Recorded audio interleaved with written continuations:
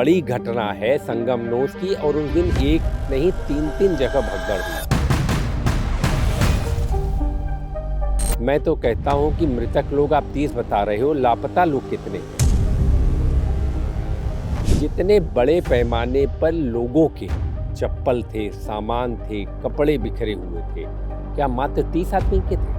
मैंने कहा था 29 से 3 तारीख तक हमारा सबसे महत्वपूर्ण दिन है, लेकिन सरकार कहीं न कहीं वीवीआईपी के पीछे भागती है। और मैं तो कहूँगा जो हमारा पुलिस प्रशासन है, जो हमारा जिला प्रशासन है, जो हमारा मेला प्रशासन है, पूरी तरह से फेल हो गया। और मैंने तो संसद में भी इस चीज़ को कहा है कि वीवीआईपी के पीछे प्रशासन भागता रहा। आपके पिता सपा के संस्थापक सदस्यों में से एक रहे, फिर आप कांग्रेस क्यों ज्वाइन कर लिए?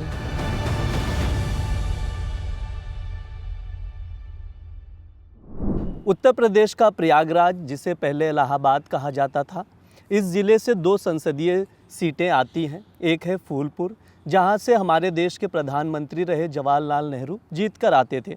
दूसरी सीट है इलाहाबाद। ये दोनों सीटें राजनीति के लिहाज से देखें तो काफ़ी ज़्यादा महत्व रखती हैं और हाई प्रोफाइल सीटें मानी जाती रही हैं। लाल बहादुर शास्त्री, बीपी सिंह, ज्ञानेश्वर मिश्रा जैसे दिग्गज नेताओं के साथ साथ अमिताभ बच्चन जैसे लोग भी यहाँ से सांसद रह चुके हैं। इलाहाबाद की बात करें तो वहाँ के सांसद और कांग्रेस नेता उज्जवल रमन सिंह हमारे साथ हैं। उनसे विस्तार से बात करेंगे, महाकुंभ पर बात करेंगे, दिल्ली में जो भगदड़ हुई उस पर बात करेंगे। राजनीति, जितनी इलाहाबाद की राजनीति है, उत्तर प्रदेश की राजनीति है, सब पर बात किया जाएगा। सर, बहुत बहुत स्वागत है आपका। धन्यवाद आपका।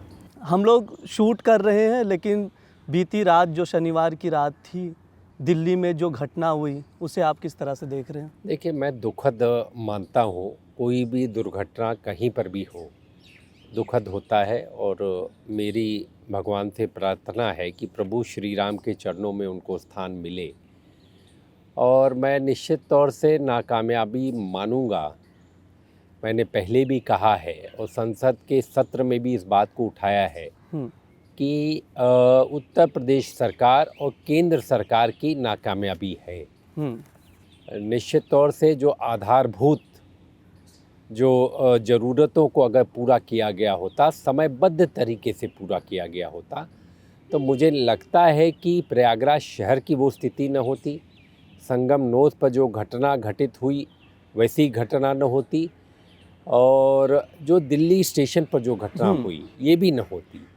लेकिन मुझे लगता है कि सरकारों ने खाली ब्रांडिंग के लिए, इवेंट मैनेजमेंट के लिए, अपने राजनीतिक लाभ के लिए इस तरीके का काम किया है, और ये दुखद है, दुर्भाग्यपूर्ण है। आप बता रहे थे कि आप भी ट्रेन से दिल्ली स्टेशन से इलाहाबाद ट्रैवल करते हैं, वंदे भारत का जिक्र किया था आपने।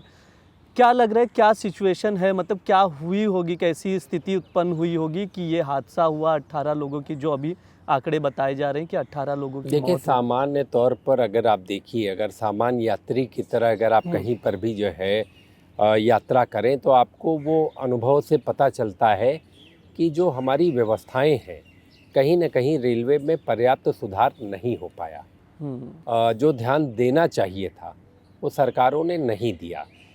मैं तो कहूँगा वंदे भारत की, प्रयागराज की, चाहे अन्य ट्रेनों की भी जो स्टेशन का हालत है, मुझे लग रहा है कि बहुत अनुकूल नहीं है यात्रियों के सुविधा के लिहाज से। और निश्चित तौर से ये सरकारों ने पर्याप्त ध्यान न देकर आधारभूत स्टेशन, जो नई दिल्ली के स्टेशन है, मैं उनकी बात कर रहा हूँ, तो बाकी जगहों के स्टेशन की तो दुर्दशा और ज़्यादा होगी। यहाँ आपको दुर्गंध भी आती है, और जो आज से 30 साल पहले जैसे प्लेटफॉर्म थे वैसे ही आज भी प्लेटफॉर्म है। जहाँ 14-15 प्लेटफॉर्म पर ये दुर्घटना हुई, निश्चित तौर से कहीं न कहीं सरकार ने सोचा नहीं था कि इतने लोग आ जाएंगे, और इसकी उनकी तैयारी पूर्ण नहीं थी, जिसकी वजह से ऐसी दुर्घटना घटित हुई। प्रयागराज की बात करते हैं, महाकुंभ का पर्व चल रहा है, कि आप भी गए थे वहाँ की स्नान करने अभी तक की? जी, हमारा घर है, हमारी जन्मभूमि भी है, हमारी कर्म भूमि भी है। मैं हर बार मौनी अमावस्या को, चाहे कुंभ हो, चाहे मेला हो, चाहे अर्ध कुंभ हो, प्रयास रहता है कि अगर प्रयागराज में हूँ तो ज़रूर स्नान करूं। तो आपकी भगवान की कृपा से उस दिन अवसर मिला तो कैसा हमने स्नान माहौल किया। है इस वक्त? देखिए, माहौल तो मैंने पहले ही बतलाया कि माहौल पूरे प्रयागराज शहर की बात बतला दें हाँ। तो पिछले 2 महीने से जाम की समस्या में प्रयागराज शहर जूझ रहा है। अच्छा। 2 महीने से। और मैं तो कहूँगा जो हमारा पुलिस प्रशासन है, जो हमारा जिला प्रशासन है, जो हमारा मेला प्रशासन है, पूरी तरह से फेल हो गया। जो प्रयागराज शहर की जो आधारभूत चीज़ें थी, जिससे प्रयागराज शहर में अगर इतने लोग आते तो उसकी व्यवस्था के लिए पहले से प्लानिंग की गई थी। वो प्लानिंग थी कि इनर रिंग रोड बन जाएगा, जो फाफा मऊ पर 6 लेन का ब्रिज बनकर तैयार हो जाएगा, जो गंगा एक्सप्रेसवे है वो कुंभ के पहले शुरू हो जाएगा। ये 3 के तीनों काम जो है पूरे नहीं हो पाए। और ये घोषणा उत्तर प्रदेश सरकार ने 2019 में किया था कि 2025 तक मेट्रो बनकर शुरू हो जाएगी। मैं तो कहूँगा कि उसका अतई पता नहीं है मेट्रो का। अगर ये सारी चीज़ें समय पर हो गई होती तो निश्चित तौर से इस प्रबंधन को, भीड़ के प्रबंधन की बेहतर व्यवस्था हम कर पाते। लेकिन सरकार ने पर्याप्त ध्यान नहीं दिया और मैंने तो संसद में भी इस चीज़ को कहा है कि वीवीआईपी के पीछे प्रशासन भागता रहा और वीवीआईपी ने पर्याप्त समय जो है अधिकारियों को नहीं दिया कि वो अपना काम सुचारू रूप से कर सकें। तो निश्चित तौर से ये बहुत बड़ी घटना है संगम नोस की और उस दिन एक नहीं 3-3 जगह भगदड़ हुई। यही चीज़ मैं जानना चाहूँगा, जैसे आपने कहा 3, कई मीडिया रिपोर्ट्स किए कि 2, कोई कह रहा है 6, एग्जैक्टली पता नहीं चल पा रहा है लोगों को ये कि तो कितनी भगदड़ हुई। ये तो सरकार को बतलाना चाहिए था। सरकार को इन चीज़ों को स्पष्ट करना चाहिए था। मैं तो कहता हूँ कि मृतक लोग आप 30 बता रहे हो, लापता लोग कितने हैं? कोई भी आदमी पूरे देश में बतला सके कि सरकार ने कोई आंकड़ा जारी किया कि इतने लोग लापता हुए। जितने बड़े पैमाने पर लोगों के चप्पल थे, सामान थे, कपड़े बिखरे हुए थे, क्या मात्र 30 आदमी के थे? आपको जेसीबी से उठाकर ट्रैक्टर ट्रॉलियों में रखकर उन सामानों को हटाना पड़ा। तो कहीं न कहीं सरकार, मेरा मानना है कि छुपा रही है। तथ्यों को उजागर करना चाहिए, तथ्यों को लोगों के सामने रखना चाहिए। और मैंने तो कहा भी है कि करोड़ों देवी देवताओं के सामने ये अपराध हो गया। आप हो सकता है कि हमारी आंखों से बच जाएंगे, जो जांच कमेटी है उसकी आंखों से बच जाएंगे, लेकिन उस दिन तो यही कहा जाता है ना कि करोड़ों देवी देवता 29 तारीख को स्नान करने इस धरती पर पधारे थे। और निश्चित तौर से मेरा मानना है ये अक्षम अपराध सरकारों के द्वारा हो गया। और इसमें तो मैं कहता हूँ कि उत्तर प्रदेश सरकार को और भारत सरकार को सामने आना चाहिए था और कहना चाहिए था कि ये त्रुटि हुई है और भविष्य में ऐसी घटना न हो, पुनरावृत्ति न हो, हम कठोर कार्रवाई करते हैं। लेकिन कहीं न कहीं सरकार आत्ममुग्ध है। ये आस्था का पर्व है। जिस तरीके से लोक आस्था भारी पड़ी हर बदइंतज़ामी के बाद, उसके बावजूद मैं कहूँगा जो है लोग इतनी बड़ी संख्या में आए। निश्चित तौर से सरकार की व्यवस्थाएं अपूर्ण थी। मैं कहूँगा कि अगर आप घर में कोई भी कार्यक्रम, कोई भी आयोजन करते हैं तो रहने की, खाने की, पीने की, उनके सोने की व्यवस्था करते हैं कि नहीं करते? सरकार ने कितने रैन बसेरे बनाए?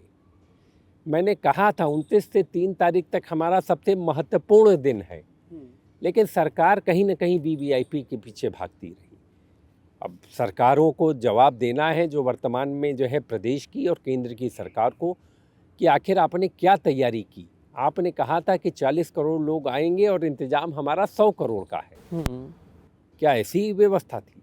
तो मुझे लगता है कहीं न कहीं सरकार पर्दा ढांकने की कोशिश कर रही है और जो सच है उसको छुपाना चाहती है। आपको क्या लगता है कितनी जगहों पर भगदड़ हुई होगी? देखिए, 3 जगहों की जानकारी हमको है। अच्छा, और बता सकते हैं थोड़ा? और हताहतों की संख्या भी ज़्यादा है।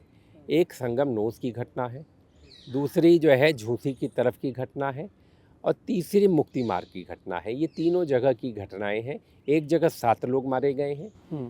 संगम नोस पर सरकार कहती है 30, मेरे समझ से आंकड़े ज़्यादा हैं। और झूसी की घटना पर सरकार ने आज तक अपना स्पष्ट बयान नहीं दिया कि घटना हुई कि नहीं हुई। तो मुझे लग रहा है कि अगर हम बेहतर रूप में इन चीज़ों को सार्वजनिक करें, प्रकाश में लाएं और इस पर बतलाएं, तो आगे भविष्य में हम बेहतर अर्धकुंभ और कुंभ, आगे भी अर्धकुंभ के लिए मैं फिर कहूँगा, आपकी तैयारी अपूर्ण है। आधारभूत सुविधाएं कोई भी प्रयागराज में नहीं बढ़ी। आप देखिए, लखनऊ से इलाहाबाद की जो रोड है आज के दिन भी अधूरी है। अच्छा, प्रयागराज एक दिन क्या माना जाता था? दूसरी राजधानी, बिल्कुल यही कहा जाता था। हाँ। आज किसी भी प्रयागराज वासियों से पूछ लीजिए तो दूसरी राजधानी का तो लगता ही नहीं कि दूसरी राजधानी है। उसको तो लगता है कि प्रयागराज उस दौड़ में सरकार के लिए केंद्र बिंदु नहीं है। सरकार कहीं ना कहीं 6 सरकारी दफ्तरों का पलायन लखनऊ हो गया।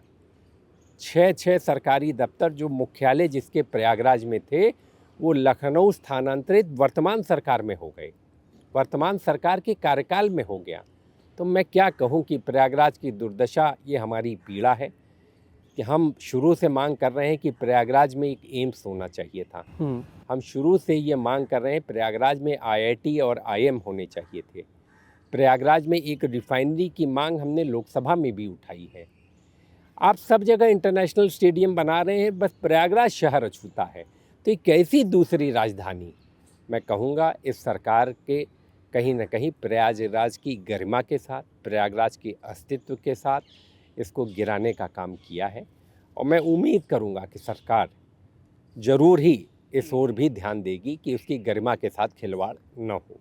मौतों के आंकड़ों की बात कर रहे थे हम लोग, जैसे कि आपने भी आशंका जताई है कि ज़्यादा लोगों की मौतें हुई हैं। मैं जानना चाहूँगा कि सरकार क्यों ही छुपा रही है आंकड़ा? इससे दिक्कत क्या है अगर सही आंकड़ा? मुझे लगता है कि सरकार को लगता है कि उनकी छवि धूमिल होगी।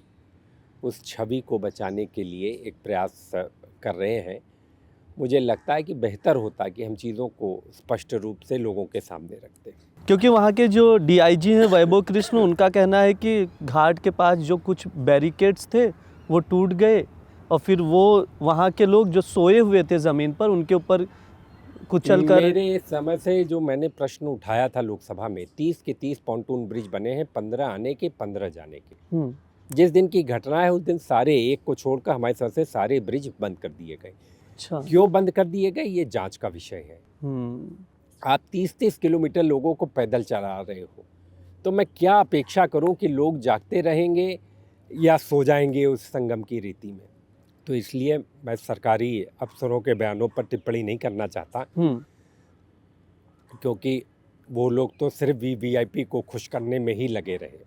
VVIP का आपने जिक्र किया तो उसी पर भी उनका एक बयान है कि हम VIP प्रोटोकॉल नहीं लागू होगा यहाँ पर। दुर्घटना होने के बाद ये सारी चीज़ें बतला रहे हैं, दुर्घटना होने के पहले क्या हाल था। तो इसलिए मैं सरकार से बस इतना ही कहूँगा कि सही तथ्य लोगों की नज़रों में लाएं और जो उचित कार्रवाई बनती है उस पर करें, और इस घटना की पुनरावृत्ति कैसे न हो इस पर ध्यान देने की ज़रूरत है। जया बच्चन कह रही थी कि कुछ लोगों को गंगा में बहा दिया गया, जो मरने वालों। उस बात की मुझे जानकारी नहीं है तो मैं उस पर टिप्पणी नहीं करना चाहूँगा, लेकिन हताहतों की संख्या, कांग्रेस पार्टी के राष्ट्रीय अध्यक्ष मल्लिकार्जुन खड़गे जी ने भी कहा है, हताहतों की संख्या कहीं ज़्यादा है। वो हजारों का जिक्र कर रहे हैं। कहीं ज़्यादा है, तो सही तथ्य तो जो वर्तमान में सरकार में है उनको उजागर करना चाहिए, उनको बतलाना सरकार तो चाहिए। सब कह रही वेल मैनेज्ड है, कोई मतलब कोई जिम्मेदारी लेने को तैयार नहीं। देखिए, मैं तो कहूँगा कि आत्ममुग्ध है। आप देखिए, 18 आदमी वहाँ मर गए, 30 आदमी पहले मर गए, 48 आदमी की तो मौत हो चुकी ना।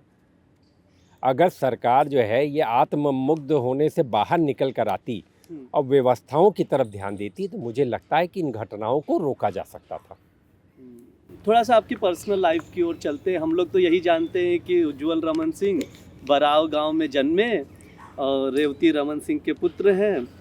करछना विधानसभा सीट से जीत कर आए, पहले विधायकी फिर सांसदी, अभी कांग्रेस से सांसद है। थोड़ा सा विस्तार से बताइए बचपन का जीवन। मेरा शहर प्रयागराज शहर में हुआ है, गांव में नहीं, प्रयागराज शहर में हुआ है। और जो सामान्य किसी व्यक्ति का जीवन होता है, हमने स्कूली शिक्षा जो है प्रयागराज में नहीं, लखनऊ में शिक्षा ग्रहण की थी, कॉलविन तालुकदार्स कॉलेज में। उसके बाद दिल्ली में सेंट स्टीफेंस कॉलेज में हमने स्नातक की शिक्षा ली। उसके बाद दिल्ली में कैंपस लॉ सेंटर में मैंने विधि स्नातक की शिक्षा यहाँ पर ग्रहण की। और उसके बाद वकालत लखनऊ बेंच हाई कोर्ट में कर रहे थे। उसके बाद नेताजी मुलायम सिंह यादव जी की सरकार में अवसर मिला, विधायक बने। उसके बाद उन्होंने कैबिनेट मंत्री पर्यावरण का एक उन्होंने बनाया था, तो उनके साथ काम करने का मौका मिला और बहुत कुछ सीखने का, मैं तो कहूँगा नेताजी के साथ हम लोगों को लंबा समय बिताया तो बहुत कुछ सीखने का भी उनके साथ अवसर मिला। अखिलेश जी की सरकार में हम अध्यक्ष बीज विकास निगम थे, तो उनका भी आशीर्वाद हमेशा हमको मिलता रहा। फिर 17 में फिर विधायक हो गए। लोगों की सेवा देखिए, हम लोग के राजनीति में आने का उद्देश्य लोगों के, अपने क्षेत्र के और प्रयागराज जो शहर है उसकी गरिमा, उसके अस्तित्व को बचाए रखना, ये हम लोग उसलिए राजनीति करते हैं। और हमारा निरंतर प्रयास है कि जिस कहीं पर भी जो भी पद पर रहूं न रहूं, लोगों की मदद करना हमारा लक्ष्य है। तो इसलिए जब जब भी मौका मिला, और वर्तमान समय में कांग्रेस पार्टी से सांसद हूं, हमारे राष्ट्रीय अध्यक्ष खड़गे जी, राहुल गांधी जी और प्रियंका गांधी जी ने विश्वास व्यक्त किया हमारे में। और आज प्रयागराज की जनता जो देवतुल्य जनता है, मैं तो कहूँगा कि इतनी बड़ी चीज़ जो है हमको जो है लोगों के बदौलत, लोगों का आशीर्वाद, लोगों का प्यार मिला। निसंदेह हम तो आजीवन आभारी रहेंगे हम अपने क्षेत्र के लोगों का, कि जो प्यार है उनका, वो प्यार ही यहाँ तक हमको पहुँचाया। तो राजनीति में शुरू से ही आने का इरादा था या फिर प्रैक्टिस के दौरान? राजनीति में आने का कोई इरादा नहीं था। हाँ। शुद्ध रूप से प्रैक्टिस थी। प्रैक्टिस में ही आगे जो है अपने जीवन को एक चलाने की चर्चा, एक बात थी। लेकिन परिस्थितियां ऐसी बनी कि उस समय अवसर जो है नेताजी ने दिया, मुलायम सिंह यादव जी ने, और अपनी कैबिनेट में जगह दी। तो मैं तो आभारी रहूँगा नेताजी का, कि उनका आशीर्वाद और उनसे बहुत कुछ मैं कहूँगा सामाजिक जो उनका नज़रिया था और उनकी कार्यशैली थी, बहुत कुछ सीखने को उनके इतने करीब, उनके कैबिनेट में रहकर हमने देखा कि कैसे लोगों के लिए मदद करना, त्वरित कार्रवाई करना, ये बहुत सारी चीज़ें हमने उनसे सीखी हैं। आपके पिता सपा के संस्थापक सदस्यों में से एक रहे, फिर आप कांग्रेस क्यों ज्वाइन कर लिए? देखिए, वो इंडिया गठबंधन के शीर्ष नेतृत्व का फैसला था। अच्छा। और निश्चित तौर से जो है उस नेतृत्व के फैसले के बाद कांग्रेस पार्टी ज्वाइन की। पूरे मनोयोग के साथ कांग्रेस पार्टी की विचारधारा को आगे बढ़ाने का हम लोग प्रयास करेंगे, क्योंकि हमको लगता है कि यही विचारधारा जो है देश को बेहतर रूप से आगे बढ़ा सकती है, जो सबको साथ लेकर चलने वाली विचारधारा है, जो सामाजिक न्याय की लड़ाई है, जो समतामूलक समाज बनाने की लड़ाई है, जिस अवधारणा को राहुल गांधी जी लेकर चल रहे हैं। हाँ। आज हम देख रहे हैं कि जो खाई है गरीब और अमीर की, ये खाई लगातार बढ़ती जा रही है। जिस अवधारणा पर चल रहे हैं कि समतामूलक समाज बने, सामाजिक न्याय की बात राहुल गांधी जी बराबर उठा रहे हैं, संविधान जो खतरे में है उसकी बात बराबर उठा रहे हैं, क्योंकि जो आशंका थी उस आशंका को देश की जनता ने कहीं न कहीं नकारा है, कहीं न कहीं एक विकल्प दिया है लोगों के सामने। और मैं तो आने वाले दिनों में मानता हूँ कि इस विचारधारा का कांग्रेस पार्टी के नेतृत्व में बेहतर भविष्य होगा। क्योंकि चुनाव के ही दौरान बीजेपी ये भी आरोप लगाती है कि जो सीट थी इलाहाबाद वो कांग्रेस के खाते में जा रही थी बंटवारे के समय, इसीलिए उज्जवल जी कांग्रेस ज्वाइन कर लिए। देखिए, हमारी लड़ाई विचारधारा की लड़ाई है, और विचारधारा की लड़ाई में चाहे कांग्रेस पार्टी हो चाहे समाजवादी पार्टी हो, मजबूती के साथ जो सेकुलर विचारधारा है उसको मजबूत करते हुए निश्चित तौर से हम लोग इंडिया गठबंधन को हम लोगों ने मजबूत किया। और एक बड़ा संदेश प्रयागराज की जनता ने देने का काम किया कि प्रयागराज की धरती पर इंडिया गठबंधन का डंका बजा, और इसके लिए अपने शीर्ष नेतृत्व का मैं आभार व्यक्त करता हूँ। वैसे कैसे देख रहे हैं इंडिया गठबंधन का भविष्य, क्योंकि बीच बीच में ठनी रहती है आपस में ही? देखिए, मैं तो बेहतर रूप में देख रहा हूँ, और मुझे लगता है कि इसलिए अच्छा है क्योंकि लोग एक विकल्प की तलाश में हैं। लोग महंगाई से, लोग बेरोजगारी से परेशान हैं। तो इस महंगाई और बेरोजगारी की जो परेशानी है, जो मूलभूत जो हमारी समस्या है, उससे ध्यान भटकाने का काम भारतीय जनता पार्टी के लोग करते हैं। और हम इन मुद्दों पर सरकार का ध्यान आकृष्ट करना चाहते हैं कि जो समाज की ज़रूरत है। तो निश्चित तौर से मैं तो यही कहूँगा कि इसका भविष्य अच्छा है। आने वाले दिनों में और मजबूत तरीके से हम लोग देश की राजनीति में उभरेंगे। आपके अकॉर्डिंग किसको नेतृत्व करना चाहिए इंडिया गठबंधन का, क्योंकि सब लीडर्स अपने अपने हिसाब से दावे करते हैं। देखिए, ये तो इंडिया गठबंधन का नेतृत्व तय करता है। हाँ। ये हम लोगों का विषय नहीं है। और निश्चित तौर से जब इतने अनुभवों से परिपूर्ण लोग बैठेंगे तो इसका बेहतर रास्ता निकलने का काम होगा। कहाँ चूक रहे? जैसे महाराष्ट्र चुनाव आप देख लीजिए, गठबंधन की वहाँ पर भी हार हुई। दिल्ली चुनाव अभी रिजल्ट आया देखिए, सामने। नेता विपक्ष लोकसभा राहुल गांधी जी ने इस बात को उठाया है। इस बात को उन्होंने बहुत मजबूती के साथ रखा है कि जितने 5 साल में वोटर नहीं बढ़े वो 5 महीने में बढ़ गए। अच्छा। इसका जवाब आज भी चुनाव आयोग से नहीं आया। तो मैं तो यही कहूँगा कि चुनाव आयोग को जवाब देना चाहिए। और कहीं न कहीं वोटर लिस्ट का जो सवाल है, बड़ा ही गंभीर सवाल नेता विपक्ष ने उठाया है। राहुल गांधी जी की जो बात है, कहीं न कहीं उस बात में, जिसमें एनसीपी भी और शिवसेना उद्धव ठाकरे गुट भी शामिल है, उन्होंने भी इस बात को कहा है कि वो राहुल गांधी जी की बातों का समर्थन करते हैं कि जो करिश्मा ये हुआ, जो किसी को उम्मीद नहीं थी, वैसे नतीजे वहाँ आए, चौंकाने वाले नतीजे आए। तो ये जो चौंकाने वाला नतीजा है, इसका कारण कहीं न कहीं चुनाव आयोग ने जिस बड़े मैं कहूँगा पैमाने पर नए वोटरों को जोड़ा है, कई कारणों में एक कारण ये भी हो सकता है। ईवीएम से छेड़छाड़ की बात बहुत बार उद्धव गुट ने कही। आप किस तरह से देखते हैं, ईवीएम से छेड़खानी हो सकती है या नहीं? देखिए, मैं तो कहूँगा कि एक बार रेलवे स्टेशन की आपने चर्चा की, तो एक बार कोई कुली था हमारे साथ जो है, तो वो स्टेशन पर ट्रेन तक छोड़ने गया मुझे। मैंने पूछा, भाई क्या हाल है? उसने कहा परेशान हाल है। हमने कहा, जब परेशान हाल है तो आप बदलते क्यों नहीं सरकार? तो उसने कहा, साहब हम वोट कहीं देते हैं, जाता कहीं और है। आप ये देखिए कि ये कुली की भावना है। ऐसे ग्रामीण क्षेत्र में चले जाएं, गांव की जो निरक्षर महिलाएं हैं, गरीब लोग हैं, वो कहते हैं साहब वोट तो हम देंगे, लेकिन वोट कहाँ चला जाता है उसका पता नहीं। तो लोगों के मन में एक संशय है, एक भ्रम है। मैंने आपको उदाहरण के लिए, और ये वास्तविक घटना है, मैं आपको बतलाऊं, वो रहने वाला पड़ोसी राज्य का था। अच्छा। उसने कहा कि साहब वोट तो हमने कहीं और दिया, लेकिन पता नहीं ये क्या होता है, पूरे गांव के लोगों ने वोट दिया, लेकिन जब निकलता है तो कहीं और निकल जाता है। तो मैं तो कहूँगा इस संशय और भ्रम को चुनाव आयोग को देखना चाहिए और ये कैसे ख़त्म हो। लोगों के मन में जो भ्रांति है, इस भ्रांति को ख़त्म करने का प्रयास चुनाव आयोग को करना चाहिए, ये मेरा मानना है। महाराष्ट्र चुनाव में कांग्रेस को 16 सीटें मिली। जो गठबंधन था उस पर भी सवाल उठे कि ठीक से प्रयास नहीं किया गया चुनाव को लेकर। आप किस तरह से देखते कि विचार विमर्श किया गया कि पार्टी के अंदर भी की चीज़ें? नेतृत्व ने अपने स्तर से पूरी और वहाँ के लोगों ने पूरा प्रयास किया होगा, लेकिन परिस्थितियाँ जो है, अभी हम लोग उसका जो है आत्ममंथन भी कर रहे हैं कि कहाँ पर कमियां रह गई, और जो कमियां होंगी वो दुरुस्त करेंगे। और मैं तो सिर्फ इतना ही कहूँगा कि अगर वोटर लिस्ट में इतने बड़े पैमाने पर अगर लोगों का जुड़ना न होता तो मुझे लगता है नतीजे कुछ और आते। कई कारणों में मैं कह रहा हूँ, एक कारण ये भी था।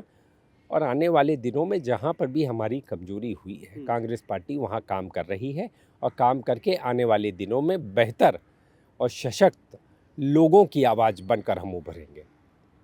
तो आने वाले समय पे मतलब इंडिया गठबंधन में सब कुछ ठीक चलने वाला है? हमारा आशा ही नहीं, पूर्ण विश्वास है। क्योंकि दिल्ली चुनाव में आम आदमी पार्टी लगातार कांग्रेस पर आरोप लगा रही है कि हम लोग हार गए सिर्फ कांग्रेस की वजह से।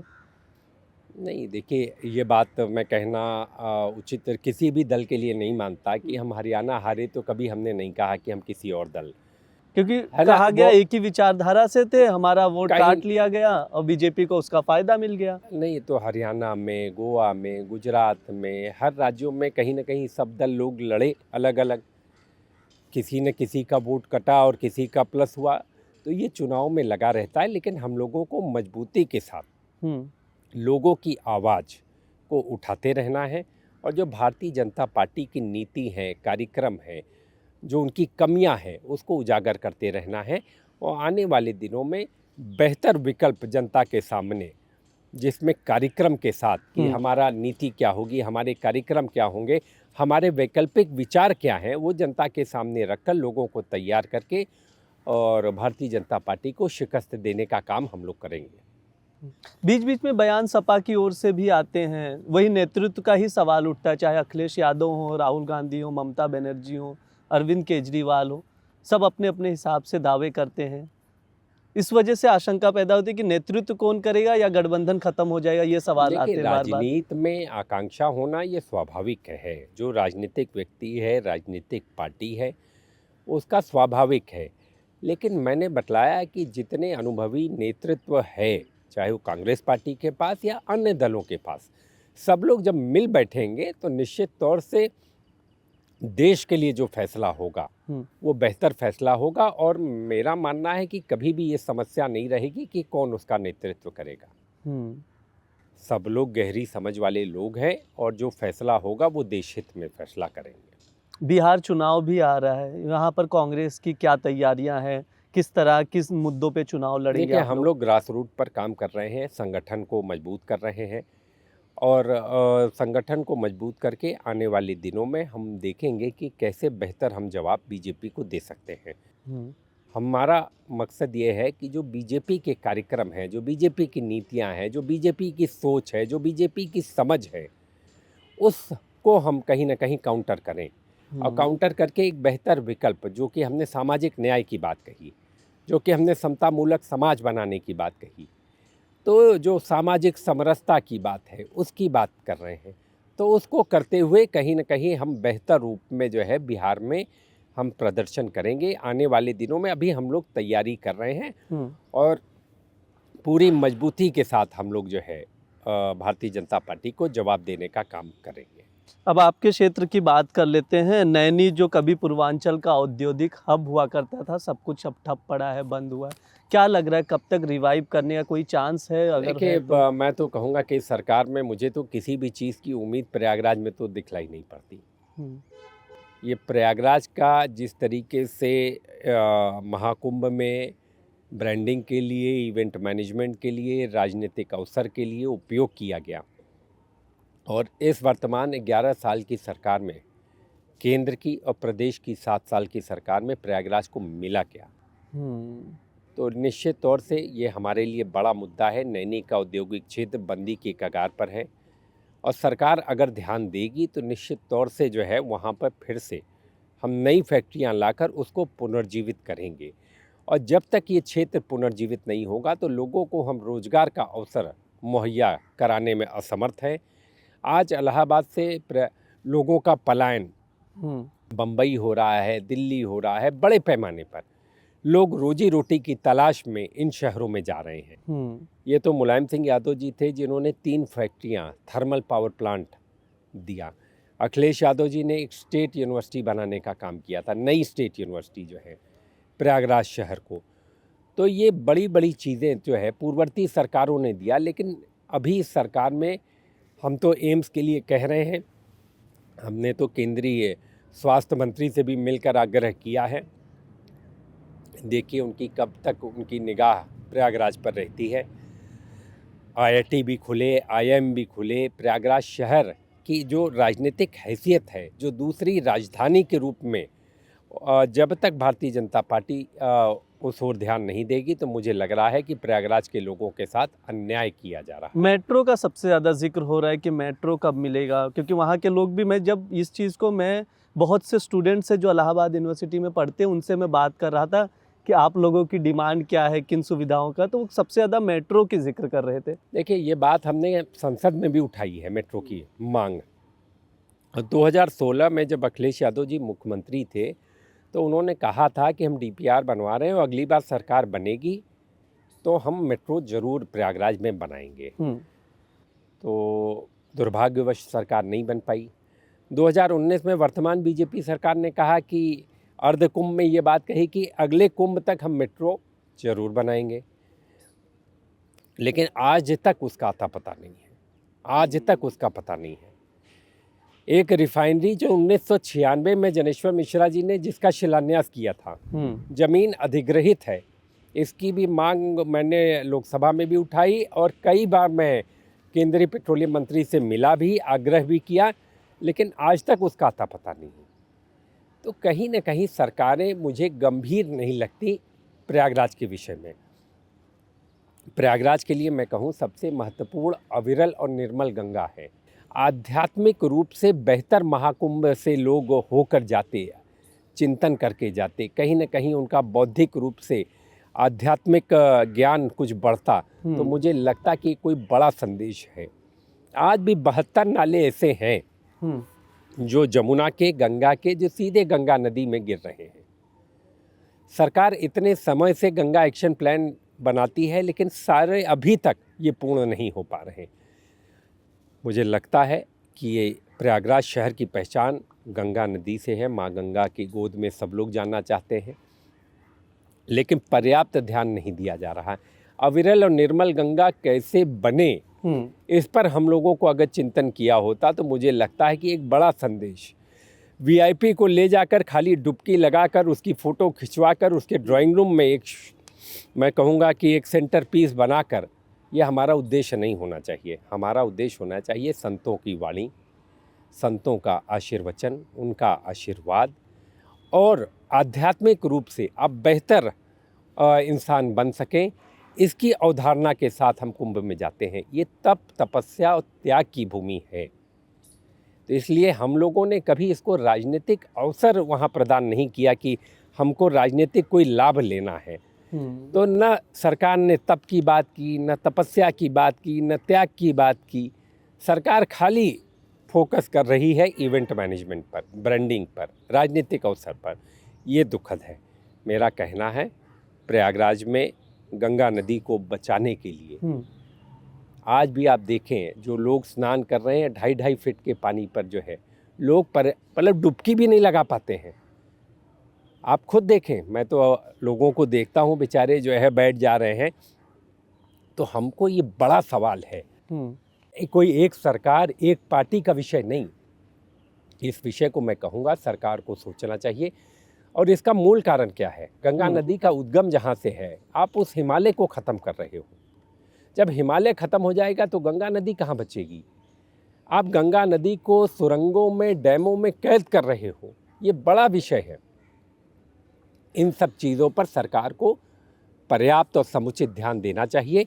अगर ध्यान नहीं देंगे तो आज से 25 साल, 50 साल बाद गंगा नदी की जो भी स्वरूप हम देख रहे हैं निरंतर उसमें गिरावट होती चली जाएगी, मेरा मानना है। तो ये हमारा बड़ा विषय है। और मैं पार्टियों से कहूँगा, मतलब इस आंदोलन में, ये हमारे लिए आंदोलन है। ये हमारे लिए जीवन का ही कोई राजनीतिक अवसर का वो नहीं है कि इससे हमको लाभ हानि क्या है। निश्चित तौर से सरकार को इस पर ध्यान देना चाहिए, चाहे भारत की सरकार हो, चाहे प्रदेश की सरकार हो। आपने 2 या 3 महीने तो पानी की व्यवस्था की, उसके बाद क्या होगा? उसके बाद कहाँ से पानी आएगा? जब पहाड़ों में पानी नहीं बच रहा है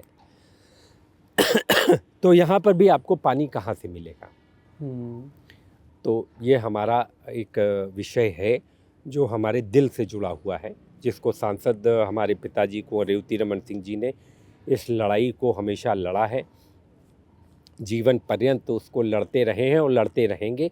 उसको हम आगे बढ़ाना चाहते हैं कि अगर हम अपना जीवन गंगा नदी के लिए समर्पित कर दें और हम कुछ कर पाएँ उसकी बेहतरी के लिए, उसको बचाने के लिए, तो उससे बड़ी हमारे लिए कोई चीज़ नहीं हो सकती। आपने गंगा नदी का जिक्र किया तो हम बता दें, हमारा एक दोस्त है गौरव पांडे, इलाहाबाद यूनिवर्सिटी से पढ़ाई लिखाई की, वहीं का रहने वाला है। तो वो हमसे पूछा था कि सांसद जी से एक सवाल पूछ लेना, गंगा पार और जमुना पार का पुल की मांग लगातार हो रही है, वो कब बनेगी? देखिए, पुल तो कई बन रहे हैं, बनेंगे। एक अभी फाफा मुँह पर बन रहा है। मैंने पहले ही कहा, सरकार ने उसकी डेडलाइन बढ़ा दी तो साल 6 महीने में पूरा हो जाएगा। एक नया पुल इनर रिंग रोड पर बन रहा है। अच्छा। जो कि लवायन गांव से होकर अंदावा जो है इस पर गंगा नदी पर है, तो वो भी बन जाएगा। लेकिन इसके आगे हमने केंद्रीय सड़क परिवहन मंत्री से जो है आग्रह किया है कि अब आप आउटर रिंग रोड बनाइए, क्योंकि अगर अगला अर्धकुंभ कराना है तो इनर रिंग रोड पर्याप्त नहीं है, आउटर रिंग रोड कराइए, तो एक और पुल की हमको ज़रूरत पड़ेगी। तो ये सारे पुल जो बन रहे हैं, ये वाला जो पुल इनर रिंग रोड वाला है 2026 तक शायद सरकार ने कहा इसको पूरा करेंगे। ये गंगा पार और जमुना पार को जोड़ता है, उधर अंदावा है और इधर लवाइन। तो ये 2026 सरकार का लक्ष्य है, लेकिन सरकार जैसे काम करती है तो साल 2 साल आगे पीछे मान कर चलें कि ये पूर्ण हो जाएगा। लेकिन हमको प्लानिंग करनी है अगले 20 साल, 25 साल, 50 साल के लिए।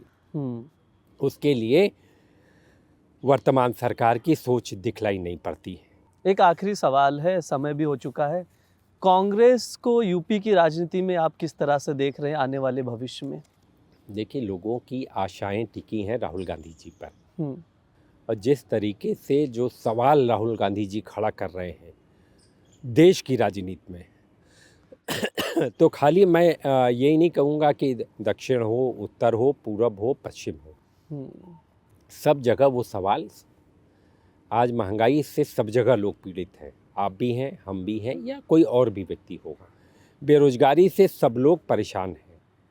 तो इन सवालों पर सरकार बचना चाहती है, और मैं तो उत्तर प्रदेश में भी देखता हूं कि बेहतर कांग्रेस जो है जहां आज खड़ी है, आने वाले दिनों में जब भी चुनाव होंगे 27 में, कांग्रेस बहुत बेहतर स्थिति में यहां से मुझे दिखाई पड़ रही है। बहुत बहुत शुक्रिया हमसे बात करने के लिए। हमने तमाम मुद्दों पे बात की, प्रयागराज की बात की, इलाहाबाद की बात की, महाकुंभ की बात की, यहाँ तक कि दिल्ली में जो भगदड़ हुई उस पर भी बात किया गया, इंडिया गठबंधन पर भी सवाल पूछे गए।